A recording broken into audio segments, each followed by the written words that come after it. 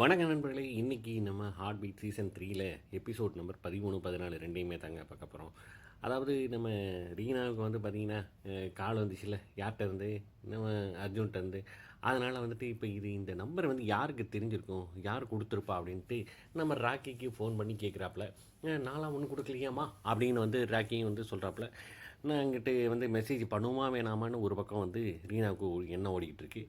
இங்கே ஹாஸ்பிட்டலில் வந்து அந்த அக்யூஸ்ட் யார், அந்த தேவையில்லாத ட்ரக்கை உள்ளே கொண்டு வந்தது யார் அப்படிங்கிறதுக்காக வந்து அது ஒரு ரிசர்ச்சாக போய்கிட்டு இருக்கு. இங்கே சரண்யாவும் ரதியுமே எல்லாத்தையும் வந்து அமலாவும் ராகவும் வந்து பேசிகிட்டு இருக்காங்க.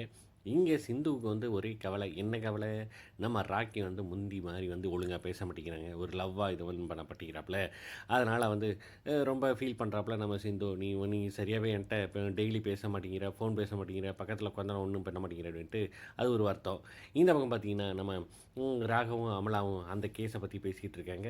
ஆராதனம் வந்து அவங்களும் வந்து சொல்கிறாங்க, இது யாருன்னே தெரியல, கண்டுபிடிக்கவே முடியலை அப்படிங்கிற மாதிரி வந்து அவங்களும் வந்து சொல்லிக்கிட்டு இருக்காங்க. பார்க்கலாம், ஏதாவது ஒரு கேஸ் கிடச்சா அதை வச்சு நம்ம இது பண்ணலாம் அப்படின்னு வந்து சொல்லிக்கிட்டு இருக்காப்புல.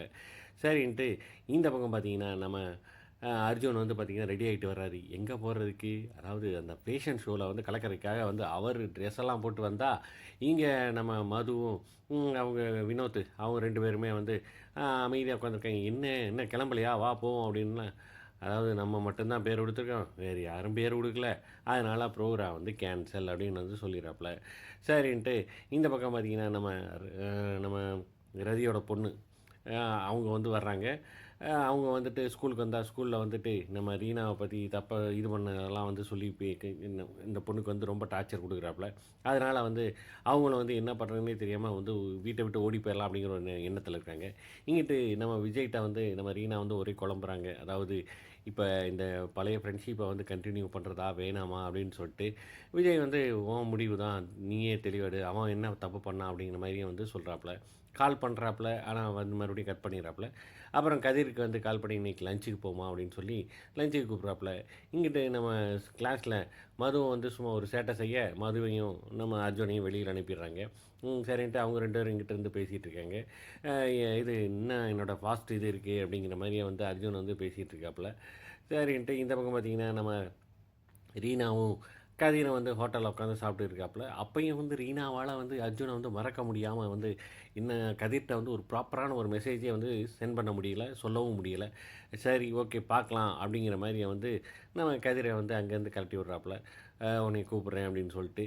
இந்த பக்கம் பார்த்திங்கன்னா நம்ம அர்ஜுனும் மதுவும் பேசிவிட்டு அவங்களும் ஒரு பக்கம் வந்துட்டு இங்கிட்டிருந்து போய்கிட்டு இருக்காங்க. நம்ம ரீனா வந்து மறுபடியும் வந்து ஒரு மெசேஜ் வந்து கடைசியாக வந்து அனுப்பிச்சி விட்றாப்புல. நம்ம இங்கிட்டு அர்ஜுனுக்கு வந்து அந்த ப்ராப்ளம், அந்த மெசேஜ் வந்து ஓகே நோ ப்ராப்ளம் அப்படிங்கிறது. இந்த பக்கம் ஒரு கேஸ் கிடைக்கிது. யாருக்கு? ராகுவுக்கும் அமலாவுக்கும். என்ன கேஸுனால், ஒரு ஹார்ட் அட்டாக்காக்கு அதுக்கு வந்து ஒரு ஆஞ்சியோ பண்ணணும் அப்படிங்கிற மாதிரி வருது. அந்த ஆஞ்சியோ பண்ண வைக்கணும். அதுக்கு வந்து பார்த்தா தான் தெரியும் எத்தனை இடத்துல வந்து ஸ்டண்ட் வைக்கணும், எத்தனை இது ஓப்பன் சர்ஜரி இப்படிங்கிற மாதிரிலாம் வந்து சொல்கிறாங்க. சரின்ட்டு எல்லாத்தையும் வந்து பேசி இது பண்ணி அந்த இத்தனை இடத்துல வந்து ஸ்டண்ட் வைக்கணும் அப்படின்னு வந்து சொல்கிறாப்புல.